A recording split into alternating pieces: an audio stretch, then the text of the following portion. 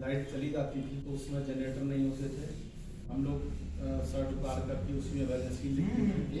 उस ज़माने में जो लोग होंगे और इस तरह का एटमॉस्फेयर जो मिला हम लोगों को, उससे आते आते हमें सौभाग्य है कि हमने बैंक के पाँचों तरह के उसमें काम किया है।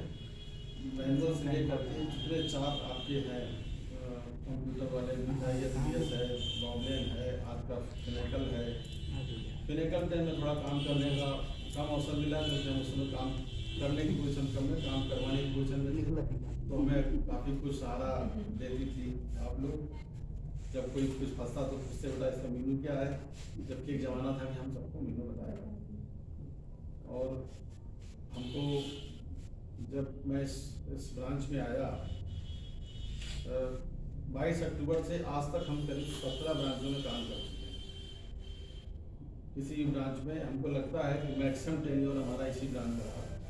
बैंक ने अपने हिसाब से प्रमोशन पे या अपने उसके हिसाब से इनको इधर से उधर ट्रांसफ़र होता रहा। लेकिन जब मैं इस ब्रांच में आया तो मुझे मैं वास्तव में मैंने तो ब्रांच तो वहीं से देख ली थी क्योंकि मैं IT का आदमी था, मेरे पास पूरी किताब आ गई कि यहाँ क्या क्या है, डाटा क्या है। मुझे बड़ा अंदर से लग रहा था कि हमारा सही ढंग से रिटायरमेंट नहीं होगा, हमारा 2.5 साल रहेगा।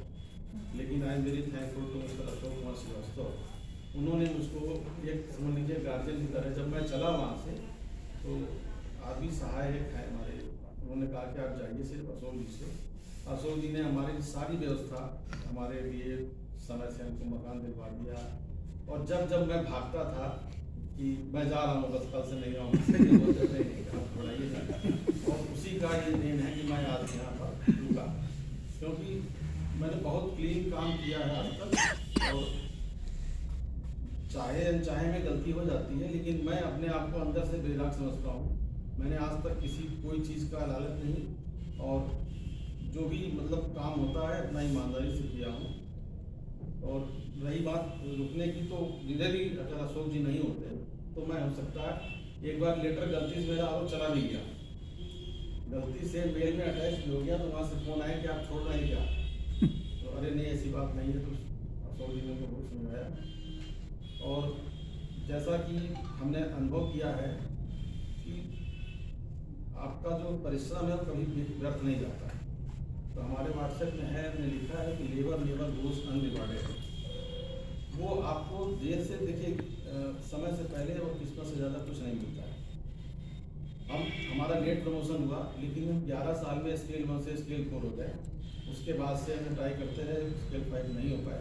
मुझे उसका कोई कतई गिला नहीं है, क्योंकि इसलिए नहीं है कि हमको जो बताया ना आपको समय से पहले किस्मत से ज़्यादा। और ये मैं सबको कहता हूँ, बिल्कुल ओपनली कहता हूँ, ये अगर आप दिमाग में ले लेंगे कि समय से पहले और किस्मत से ज़्यादा कुछ नहीं होता है, तो आप कभी भी आपके अंदर से आपको कुंठा नहीं होगी, आप परेशान नहीं होंगे। तो सब मनुष्य है, विवेकशील प्राणी है, और उसको काम करने का चाहिए। रिजल्ट कभी कभी क्या होता है कि आपके हिसाब से नहीं होता है, या आपकी किस्मत ऐसी है कि आपके बगल वाला आपसे थोड़ा अच्छा रिजल्ट दे आता है। तो ये मेरा आप लोगों को, चूँकि मेरा जो 36 साल 3 महीने का एक्सपीरियंस है, उसके हिसाब से आप लोग अपना काम कीजिए ईमानदारी से। और एक तो सबसे बड़ी चीज़ है कि बैंक में हम लोग मुस्तकिल नहीं होते। हमारा अगर ऑफिसर में है तो 3 साल, वार्ड स्टाफ में है तो 5 साल। तो हमारे यहाँ में जो सबसे इम्पॉर्टेंट व्यक्ति है वो कस्टमर है। इसलिए है कि ज़्यादातर कस्टमर किसी का 15 साल से यहाँ खाता है, किसी का 20 साल से खाता है। तो कायदे से तो वो मालिक है, कायदे से वो मालिक है। और एक चीज़ और भी है कि आप 100% कस्टमर को संतुष्ट हम कर नहीं सकते। अब कोई पासबुक एंट्री चलाने आया है, पासबुक प्रिंटर खराब है, तो हम कर नहीं सकते। लेकिन 80% कस्टमर आपका बहुत अच्छा होता है, 10-5% कस्टमर होते हैं, उनको आपको समझाना पड़ता है। और 10-5 कस्टमर इसलिए आपके काउंटर पे आते हैं, चाहते आज देखा हमने, आज रिक्रेट कर लिया साहब ने। इसलिए आप लोग पेशेंस ध्यान रखिए, क्योंकि सर्विस सेक्टर में पेशेंस बहुत जरूरी है। 4% ब्याज अगर स्टेट बैंक 3% दे रहा है तो हम भी 3 ही दे रहे हैं। तो हमारा पेशेंस, हमारा बिहेवियर कस्टमर के प्रति वही काम आएगा। क्योंकि हम आज 2 साल हैं, 3 साल हैं, आजकल कोई खाता भी नहीं बंद करता है, वो सिर्फ अपना ऑपरेशन इस जगह से बंद करके दूसरी शाखा में, दूसरे बैंक में चालू कर देता है। तो पेशेंस, हमको सर्विसेज में पेशेंस रखना बहुत जरूरी है।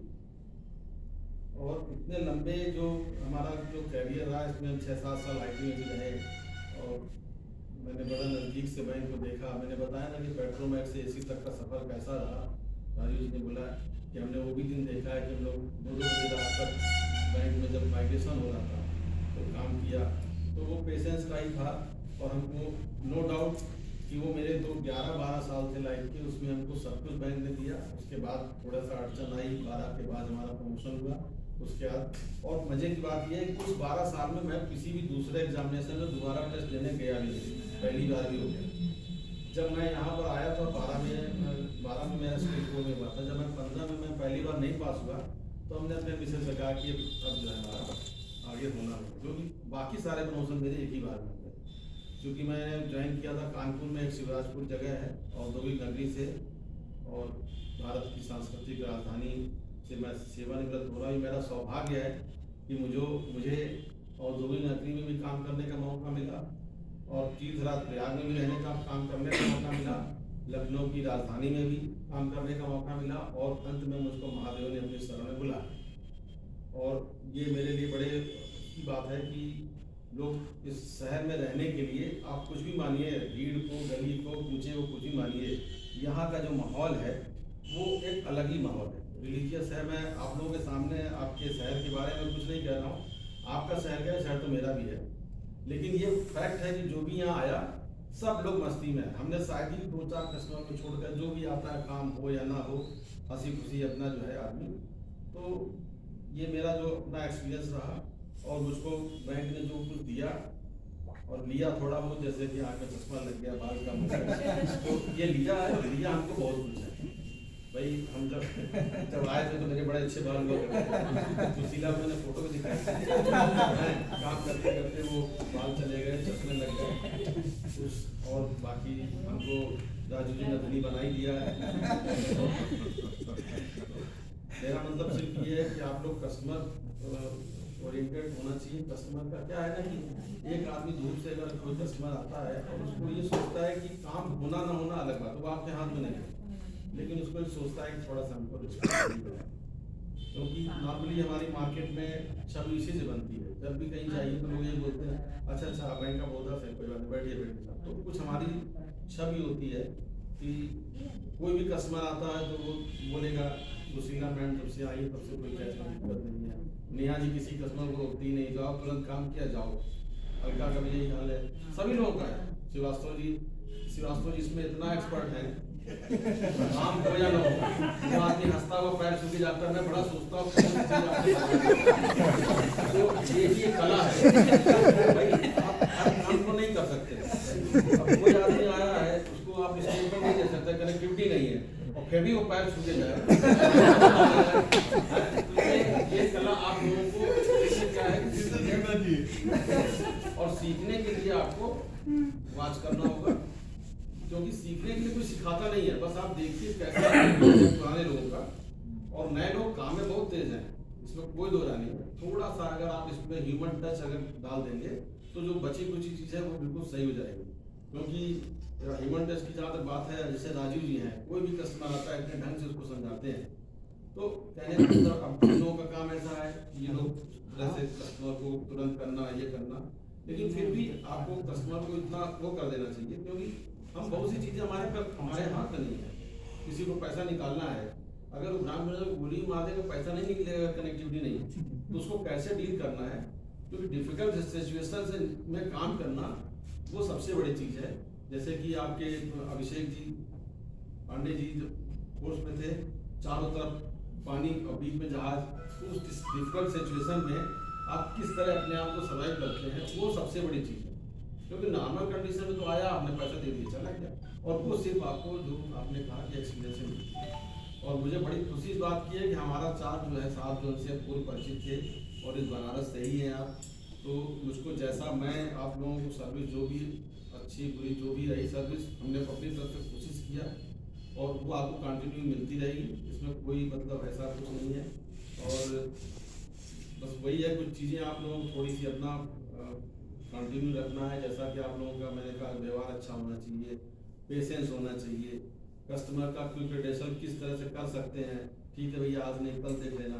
तो कल का मतलब है कि जैसे उसको कुछ लोग कहते हैं कल आना, कल आ गए तो बोलेंगे कल बुलाया था आज क्यों आ गए, है ना।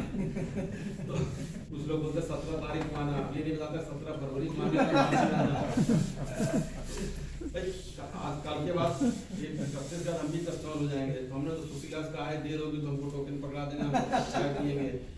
तो ये खैर ऐसी की बात है। और आप सब लोग हमको मिस करेंगे, लेकिन मैं अकेला आप सब लोगों को मिस करूँगा, इसलिए मेरा दुख ज़्यादा है। और 2.5 साल हमको जहाँ पे मैं रहा, नेहा बहुत भावुक हो गई थी, तो मैंने यही कह रहा हूँ कि आप सब लोगों को मैं अकेले मिस करूँगा। तो मुझे ज़्यादा तकलीफ है, तकलीफ आप लोगों को भी है, लेकिन मुझको कुछ ज़्यादा ही लगेगा क्योंकि इतने दिन मैं 2.5 साल रहा, मुझे परिवार की तरह है यहाँ पे।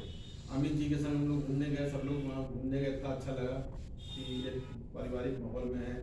और राजीव जी का तो क्या कहना है, तो ये हमेशा जब हम बहुत परेशान होते थे तो बोले घबराइए नहीं, आप सब हो जाएगा, चिंता मत कीजिए। ये भी मतलब ये पॉजिटिव अप्रोच इनका है कि कितना भी वो कैसी भी एडवर्स सिचुएशन होती थी बोलते थे भाई परेशान मत होइए, अभी ये ठंडी हवा चल रही है, थोड़ी सी गर्मी आएगी सही हो जाएगा। तो ये सब लोगों ने हमको ढांढस बताया, क्योंकि एक सर्टेन एज के बाद जो है ना, जैसे जैसे आपकी एज बढ़ती है इनसिक्योरिटी की फीलिंग आती जाती है कि पता नहीं क्या हो जाए क्या ना हो जाए। तो उसमें आदमी को इस तरह के ढाढ़स बनाने वाले लोग होते हैं। तो हम भी अपने एक्सपीरियंस को, और दूसरी चीज़ है जो सबसे बड़ी चीज़ है कि नॉलेज शेयरिंग सबसे बड़ी इंपॉर्टेंट चीज़ है। आप अगर किसी को नॉलेज शेयरिंग करते हैं तो आप अपने नॉलेज को रिपीट करते हैं और वो परफेक्ट होती है।